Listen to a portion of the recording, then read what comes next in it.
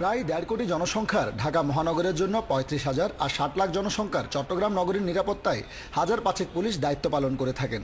কিন্তু দেশের গুরুত্বপূর্ণ এই দুটি নগরীর নিরাপত্তায় এই পুলিশ পর্যাপ্ত নয় বলে বিভিন্ন সময় অভিযোগ করা হচ্ছিল খোদ পুলিশ প্রশাসন থেকে।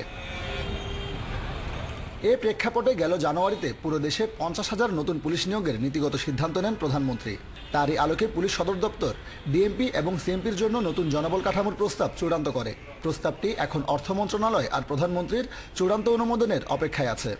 এই শহরের আইন শৃঙ্খলা, এই শহরের অপরাধ দমন, এই শহরের আপনার ট্রাফিক নিয়ন্ত্রণ করার জন্য আমাদের আরও জনবলের প্রয়োজন আছে এবং সেই হিসাবে আমরা জনবল জন্য প্রস্তাবও পাঠিয়েছি। তো ঠিক সুনির্দিষ্ট ডেট ধরে বলা যাবে না যে এতদিনের মধ্যে পাবো, তবে এই প্রক্রিয়াটা খুব দ্রুত গতিতে হচ্ছে।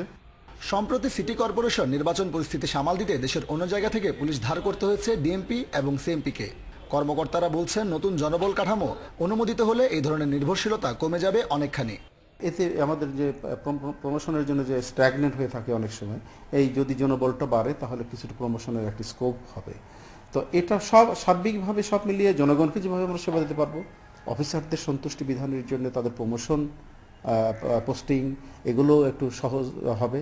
প্রস্তাবিত কাঠামো অনুমোদিত হলে ঢাকা মেট্রোপলিটন পাচ্ছে ৭,০০০ পুলিশ ও ১,৩৫৭টি নতুন গাড়ি, আর চট্টগ্রাম মেট্রোপলিটনের ভাগ্যে জুটবে ১,৩১৩টি নতুন পদ এবং ১৭৩টি নতুন যানবাহন।